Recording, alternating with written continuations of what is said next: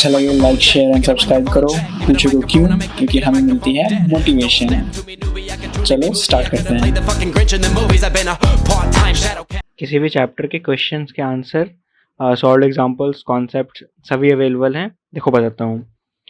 जैसे मेरे इस लोगो पे क्लिक करना, कोई भी वीडियो के डाउन में आराम से मिल जाएगा, मोबाइल पे देख रहे हो या कहीं पे भी, ठीक है। एंड देन क्लिक करोगे तो ये पेज ओपन होगा, ये प्लेलिस्ट टैब में यहाँ पे। ओके, यहाँ चले जाना। तुम्हें यहाँ पे हर एक चैप्टर के टोटल मटेरियल्स मिल जाएंगे, class wise and chapter wise, तो सीख सकते हो आसानी से। चलो स्टार्ट करते हैं। हाय एवरीवन, तो वेलकम बैक। तो हम लोग एक्सरसाइज 2.2 का अब क्वेश्चन नंबर हम लोग क्या करने वाले हैं, 3 करने वाले हैं, ठीक है। तो आ जाओ करते हैं। क्या लिखा हुआ है थर्ड में लिखा हुआ है तुम्हारे पास x+7 माइनस 8x/3, इसकी वैल्यू है 17/6 माइनस 5x/2, ठीक है। x+7 minus 8x/3 equals to 17/6 minus 5x/2, ठीक है। अच्छा सॉल्व करते हैं। वही दो रूल, मैं हर एक क्वेश्चन में जो दो रूल बोलता हूँ इसमें भी वही रूल फॉलो करना है। फर्स्ट रूल क्या था तुम्हारा? फर्स्ट रूल तुम्हारा स्टेट करता था कि हमेशा एक क्लैरिटी बना के रखो। क्या क्लैरिटी बना के रखो कि तुम्हारे पास जो LHS है एंड जो RHS है, मतलब कि जो लेफ्ट हैंड साइड की क्वांटिटी और राइट हैंड साइड की क्वांटिटी है, दोनों का अच्छे से सेपरेट आउट करो। लेफ्ट साइड में जनरली हम लोग ट्राई करते हैं ना, जैसे मेरे टीचर थे वो बोलते थे कि हमेशा वेरिएबल को रखना और इससे रिलेटेड जितने भी कैलकुलेशंस होते हैं, ठीक है, उसको परफॉर्म करना लेफ्ट हैंड साइड में। और राइट हैंड साइड में ऐसा बोलते थे कि जितने भी कांस्टेंट वैल्यू हैं तुम्हारे, कांस्टेंट वैल्यू हैं, ठीक है, इनसे रिलेटेड जितने भी तुम्हारे पास ऑपरेशंस थे, ठीक है, या फिर इसका जितने भी कैलकुलेशंस थे जितने भी, ठीक है, वो ट्राई करना कि तुम राइट हैंड साइड में और ऐसा बाइफरकेट करके रखा करो।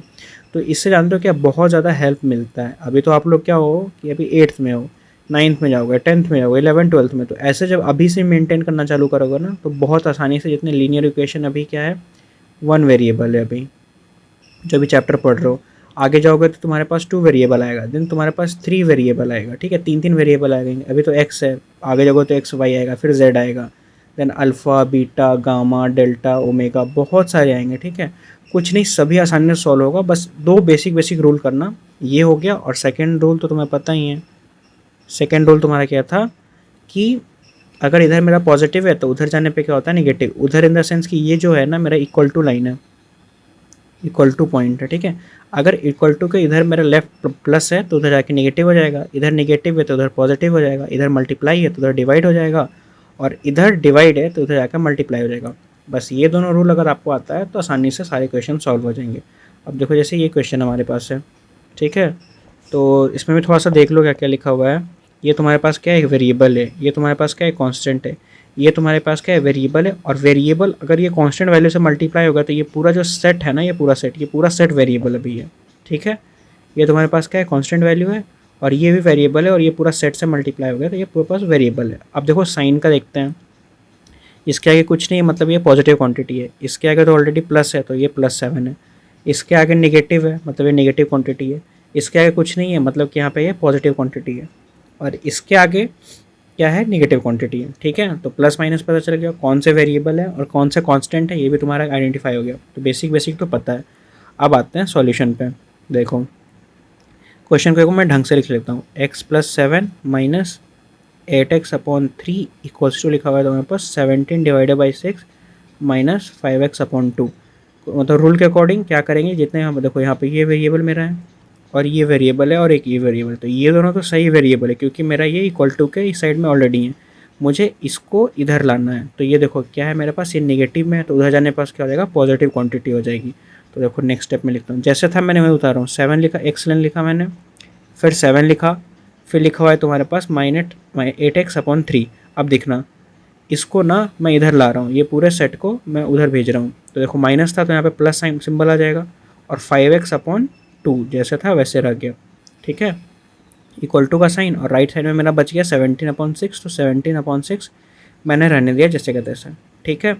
अब देखना मैंने क्या बोला था, कांस्टेंट को राइट साइड में, तो मेरे पास देखो एक ये कांस्टेंट है दिख रहा है, ये कांस्टेंट है, बाकी तो तुम्हारा ये वेरिएबल है, ये वेरिएबल है एंड ये वेरिएबल है, ठीक है। और ये मेरा क्या है, कांस्टेंट है, तो मैं इसको कोशिश करूँगा कि उधर चला जाए। और ये मेरा पॉजिटिव है तो उधर जाने के उसका हो जाएगा नेगेटिव में हो जाएगा, ठीक है। तो मैं इसको नेक्स्ट स्टेप में लिखता हूँ, देखना एक्स का तो एक्स लिखा मैंने, इसको तो मैं अभी नहीं लिखूँ क्योंकि मैं उधर भेज रहा हूँ, ये मैं यहाँ लिखूँगा 8x/3 लिख दिया यहाँ पे। फिर ये लिखूँगा मैं यहाँ पे कि 5x/2 लिख दिया, ये इक्वल टू का साइन, ये हो गया तुम्हारे पास 17/6 और ये तुम्हारे पास +7 है, तो उधर जाके तुम्हारे पास हो जाएगा -7। ठीक है, अब आते देखो, अब इसको सॉल्व कर लो तो बेसिक क्या हो जाएगा तुम्हारे पास, एलसीएम का खेल है। ठीक है, तो एलसीएम क्या हो जाएगा 6। अभी मैं डायरेक्टली लिख दे रहा हूँ क्योंकि मुझे आइडिया हो जाता है कैसे देख के नंबर, क्योंकि अभी तुम अभी 8 में हो, 9th में जाओगे, 10th में जाओगे, 11 करोगे, 12th करोगे, कॉलेजेस में जाओगे, इतना ज़्यादा प्रैक्टिस हो जाता है ना, तो क्योंकि नंबर देख के बता सकते हो कि क्या एलसीएम आएगा। देखो 6 एलसीएम आएगा, तो बस बेसिक एलसीएम ले रहा हूँ और कुछ नहीं कर रहा हूँ। ठीक है, देखना 2 तो 8 2 16x + 3 15x। ठीक है, इक्वल टू, देखो यहाँ पे क्या है, एलसीएम में बेसिक ले रहा हूँ, 6 का 6 17 - 42। ठीक है, आते हैं सॉल्व करते हैं इसको। देखो क्या हो जाएगा, इसको जब देखो मैं इसको कर रहा हूँ सॉल्व, न्यूमरेटर को थोड़ा सा सिंप्लीफाई करके लिखूंगा, दोनों साइड इसका भी लिखूंगा और इसको पहले लिखूंगा। तो पहले मैं इसको लिखता हूँ इधर, तो इसको लिखूंगा तो हो जाएगा तुम्हारे पास -6, तो हो जाएगा तुम्हारे पास 5x/6। ठीक है, इक्वल टू का साइन, इधर का न्यूमरेटर है तो तुम्हारे पास 17 और 42 है, तो 42 में से तुम 17 माइनस कर लो, कितना हो जाएगा 12, 12 में से 5। ठीक है, 3 में से 25, तो हो जाएगा तुम्हारे पास -25/6। ठीक है, देखना तो लिखा हुआ है 5x/6 इक्वल्स टू लिखा हुआ है -25/6। ओके, अब देखो ये क्या लिखा हुआ है, ये लिखा हुआ है 5/6 इंटू एक्स लिखा हुआ है, और ये लिखा हुआ है 25/6। ठीक है, अब देखो ये क्या है टर्म तुम्हारा मल्टीप्लिकेशन में, तो मेरा उस साइड में उसको सेंड करूँगा तो क्या हो जाएगा, यहाँ पे डिवीजन में हो जाएगा। तो देखो ये लिखूँगा x, ये मैं उसको सीधा सेंड कर रहा हूँ, तो -25/6 तो ऑलरेडी था, और ये मल्टीप्लाई में तो यहाँ हो जाएगा डिवाइड में 5/6। ठीक है, एक रूल तुमने पढ़ा होगा कि a/b, तो क्या होता था ना कि a और ये साइन तुम चेंज करते थे तो 1/b, ये जो टर्म है ना वो क्या होता था, रेसिप्रोकल होता था, मतलब उल्टा हो गया रेसिप्रोकल। तो बस ये और ये तुम फाइनल लिखोगे तो a/b हो जाएगा। तो मेरा जो a/b था वो मैं ऐसे लिख सकता हूँ।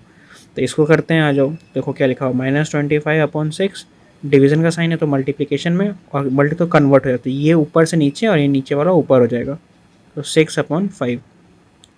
आ जाओ सॉल्व करो इसको। ठीक है, करते हैं, तो देखो ये माइनस का साइन है। ठीक है, इसको ऐसे सेपरेट आउट किया थोड़ा सा कि अच्छा लगे, क्लियरिटी तुम्हें मिले। अब बस कट करना है, देखो तो कट करना है, तो ये 6 1 जा और ये 6 1 जा, तो 1 से 1, 5 1 जा और ये 5 5 जा। ठीक है, तो मेरे इधर आ गया -5/1 और मल्टीप्लिकेशन में आ गया 1/1। अब तुम कर लो -5 × 1 करो और 1 × 1 करो, इसका वैल्यू क्या आएगा -5/1, जो कि फाइनली -5 ही है। तो मेरे पास x की जो वैल्यू है, x की वैल्यू है, जो x की वैल्यू आ गई -5। ठीक है, आ गया इतना। ठीक है, तो हमारा ये आंसर आ गया। अब देखो x की वैल्यू जो -5 आई है ना, अब हर एक क्वेश्चन में बोलता हूँ कि एक बार क्रॉस वेरीफाई पक्का करो, क्रॉस वेरीफाई तो पक्का करना ही करना है। ठीक है, मतलब अभी से आदत डाल लोगे तो बहुत हेल्पफुल होगा, आगे चल के तो बहुत ज़्यादा हेल्पफुल होगा। तो चलो आते हैं एक बारी, x की वैल्यू क्या आई है -5, सब्स्टिट्यूट करके देखते हैं, आ जाओ देखो। ठीक है, मैं एक बार इक्वेशन ढंग से लिख लेता हूँ। क्या लिखा हुआ है equation, x + 7 - 8x/3 equals to 17/6 - 5x/2। ठीक है, 8x + 7 - 8x/3 equals to 17/6 - 5x/2। ठीक है, x की वैल्यू मैंने कैलकुलेट की है -5। एक बार पुट करते हैं, अब कहाँ कहाँ पुट होगा बोलो। देखो यहाँ पे एक जगह पुट होगा, एक यहाँ पुट होने वाला है और यहाँ पुट, और कहीं पे नहीं है। ठीक है, तो मेरा ये जो है ना, ये सेट, ये मेरा LHS है और ये मेरा सेट है RHS है। तो मैं एक बारी तुम्हें LHS सॉल्व करके दिखाता हूँ। LHS में क्या लिखा हुआ है, लिखा हुआ है x + 7 equals to -8x/3, x + 7 -8। ठीक है, और x की वैल्यू रख रहे हैं हम लोग -5, तो रखा -5, x की वैल्यू क्या है -5 रखा, +7 - 8 इंटू -5 डिवाइडेड बाई 3। इसको सॉल्व करते हैं, -5 और प्लस तो पड़ेगा +2। ठीक है, और ये हो जाएगा तुम्हारे पास, बताओ -8 है और -5, मतलब कि प्लस कंटिन्यू 8 × 40/3। ठीक है, और ये जब होगा फाइनल सॉल्व तो 3 का एलसीएम 3 3 दूनी 6 + 40, तो ये हो गया तुम्हारे पास 46/3। ठीक है, तो मेरा LHS की वैल्यू हो गई 46/3। RHS कहा जाते हैं, एक बार चेक करते हैं। तो मेरे पास जो RHS क्वांटिटी है ये वाली, देखो क्या लिखा हुआ है, 17/6 -5 इंटू एक्स की वैल्यू मैं पुट करूँगा -5 और यहाँ पे 2। ठीक है, आते हैं देखो 17/6 ये आपस में मल्टीप्लाई होगा तो प्लस हो जाएगा 25/2 पे। ठीक है, इसका जो एलसीएम लोगे तो 6 हो गया, तो ये 17 का 17 और ये हो जाएगा 3 टाइम्स, तो 25 और इंटू 3 कितना हो जाएगा 75 और 17 ऐड करते हैं। ठीक है, तो 75 और 17 कितना हो गया तुम्हारे पास 75 ऐड करो तो आ जाएगा हाथ में 12, हाथ में 1 7 देगा, ठीक 9, तो आ जाएगा मेरे पास 92/6। ये फर्दर हो जाएगा तो इसका हाफ करते हैं 3 और इसका हाफ हो जाएगा तुम्हारे पास 46। ठीक है, तो मेरे पास जो फाइनल आया 46/3। तो मेरी RHS क्वांटिटी है 46/3। देखो ये मेरी LHS क्वांटिटी है 46/3 और मेरी ये RHS क्वांटिटी है 46/3। ठीक है, मतलब तुम्हें बताओ 46/3 इक्वल्स टू 46/3 है या नहीं है? ऑफ कोर्स है भाई। तो मैं बोल सकता हूँ कि LHS इक्वल्स टू RHS है। हेंस जो हमारा जो सॉल्यूशन था ना, x की वैल्यू जो हमने -5 कैलकुलेट की थी, ये एकदम से ऐसा क्या आएगा, करेक्ट सॉल्यूशन है। फाइन, आ गया आंसर हमारा x की वैल्यू -5 और ये सेटिस्फाई भी हो गया, हमने क्रॉस वेरीफाई भी कर लिया। ठीक है, अब मिलते हैं नेक्स्ट क्वेश्चन में।